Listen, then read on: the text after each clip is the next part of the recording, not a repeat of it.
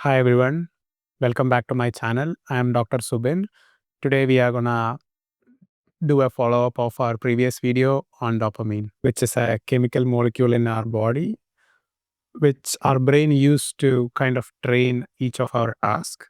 For example, it allows us to like a specific food or like doing something specific like playing games or watching TV or maybe using your phone. And we have trained it in a way that it causes imbalance in our system. That is, we may feel like we are using our phone a lot, or maybe in social media, you can keep scrolling, but you feel bored on every other job. And today we are going to see how to reprogram that process in like a month. First, let's identify some of the tasks in a day that could lead to dopamine imbalance. I have looked at my daily life and like checked what all things I would do. And I have like four things I marked out as the most important, which is maybe a very common thing for South Asians who have the same lifestyle. I think the first one is we start our news in the afternoon. We do it in the evening. We also watch it at night. It has become like a small addiction. News channels actually advertise you to watch it more, adding more interesting content. But there is always a question, do you need to spend that much time watching news or you want to spend time with the family? I have seen my father watches a lot of news and I'm also used to doing that. So we have our TV always on in the evening till late night until we sleep. We believe that it adds a lot of general knowledge. But if you look at the news today, do you think is there anything that could actually add to your life? Maybe they are just going on things that is not relevant for you.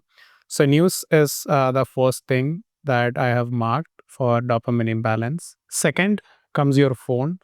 We all know that phone is very essential. We always use it. It's a time where you cannot avoid phone and just live without it. But we spend a lot of time using our phone. But one thing we haven't do is like we haven't measured how much time we spend on phone. So all of our phones have that capability. If you're using Android or Apple, I have given two links below where you can check or turn on an option in your phone that allows you to measure how much time you spend on your phone, and it will show up when you open that app, and it will show up how much time that you've been using your phone. And in my day I typically end up using more than 8 hours. That may be common for all of you, but 8 hours is a lot when you think, but you actually use that much of your phone. Just that because you we don't measure it, we don't get to know. So phone users mostly like browsing around and using a lot of other things like, but let's say about social media, we spend right now a huge amount of our daily life on social media. I think I used to watch a lot of TikTok long before, and I couldn't stop because it feel good because of the dopamine in my brain was giving me more dose so that I can keep doing it. So the third thing we have to mark is social media, and we are going to see how to control it. Fourth is music. You would always ask like why music is a good thing. You always listen to music and it feels good. Yeah, that feels good is the reason. And we keep listening to music all over. I've seen people, or I myself, if you go on a bus or a train, you cannot sit bored. You just have to have a headphone in your ears, and there isn't, I mean, you feel like doing it all the time, even if you're working out. The issue is your brain is giving you signals to keep listening and to leave other things on the side. For example, you're working out with music, your body is more focused on giving you dopamine for listening to the music, even though they paired it with the workout. But if you do it without the music, if you try it, you would feel that you feel really bored doing a specific task. Because of that, I mean, that is because you have this dopamine coming from the music, not from your workout. And if you really want to focus, I think you have to move that music away a little bit and you have to focus on your task. Music is good for your brain, but not to listen it for a very long time so that it creates an imbalance in your system. And the plan is really simple. It's a 4-week plan. The first week, we are going to look at how to kind of ease away into the system. So you have to turn on the options in your phone, both Android and Apple, to measure how much phone use you have in your day. The first thing we want to reduce is watching news.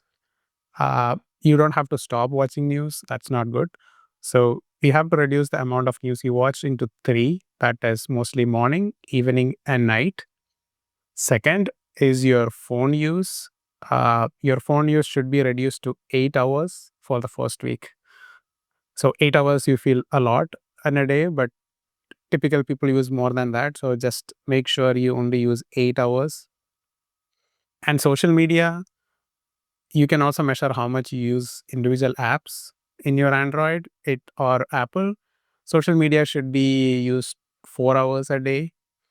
And finally, music. You can listen to music for 2 hours.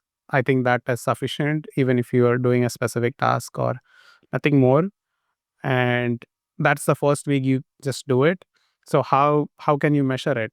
So I'm giving you a third link in this video that allows you to have a small tick box where you have done it. You can just tick it and you'll remember it for this whole week.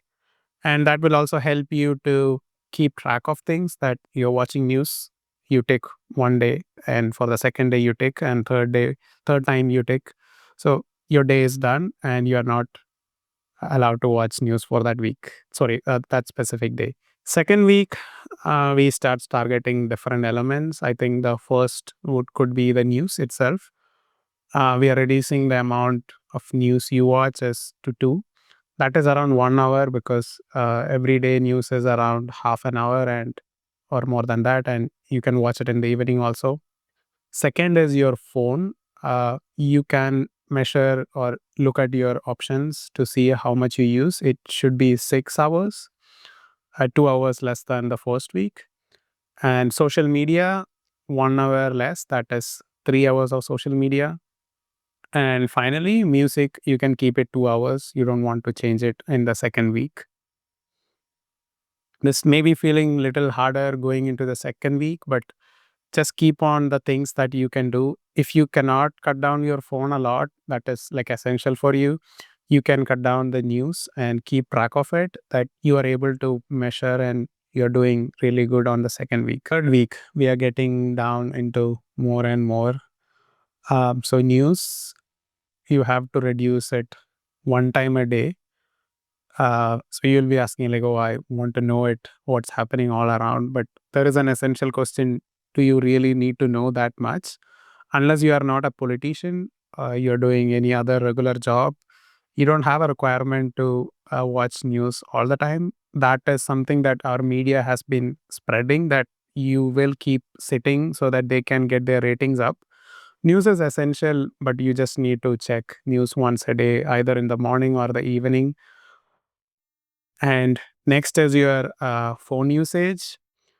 We were 6 hours in third week. We can cut down into 4 hours of use.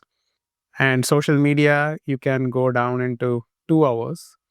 And music, you can keep it like that, so that we get down a little bit more. It may feel like a little harder. And in a day, if you cut down your phone use itself, you could see that you have freed up a lot of time.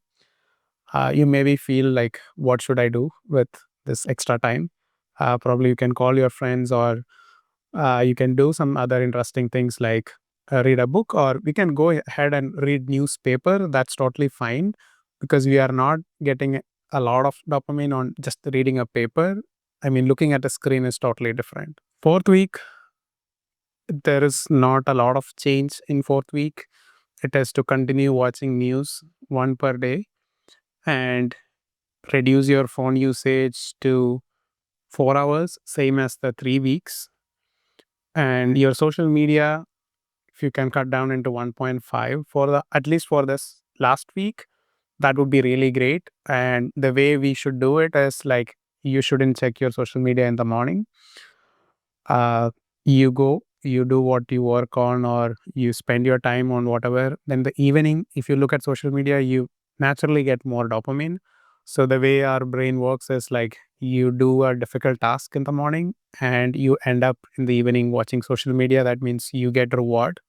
So our brain trains in a way that you do difficult task in the morning and you get reward. So brain kind of likes what you do it, like either your job or you're reading a book or you're spending time with family. So your brain kind of tells you like, okay, that is really good because you're rewarding the brain with watching social media in the evening. So you kind of feel that there is a difference. You have more energy in the evening. And finally, music, you can cut down into 1 hour. I don't think what here listening to music for a very long time as a good thing, and it can also create imbalance that you have to pair everything with music so that you can perform it. Whatever job you do or your workout, you should try cutting down music in between, like for a week on your workout or your gym, and next week you can do it so that your brain knows that you can still do it with and without it. So this is the 4-week system, and you can go ahead and use it on the template that I'm giving in the third link. And I would say like this will free up a lot of time in your life, and you would be saying like, "Oh, I'm feeling really bored in my job, or in the evening I don't have anything to do. I'm feeling bored. That's why I look at social media." So the next video is like why it is really essential for everyone to be able to be bored and just sit bored so that our brain can do a lot of functions which happens in its behind the screens.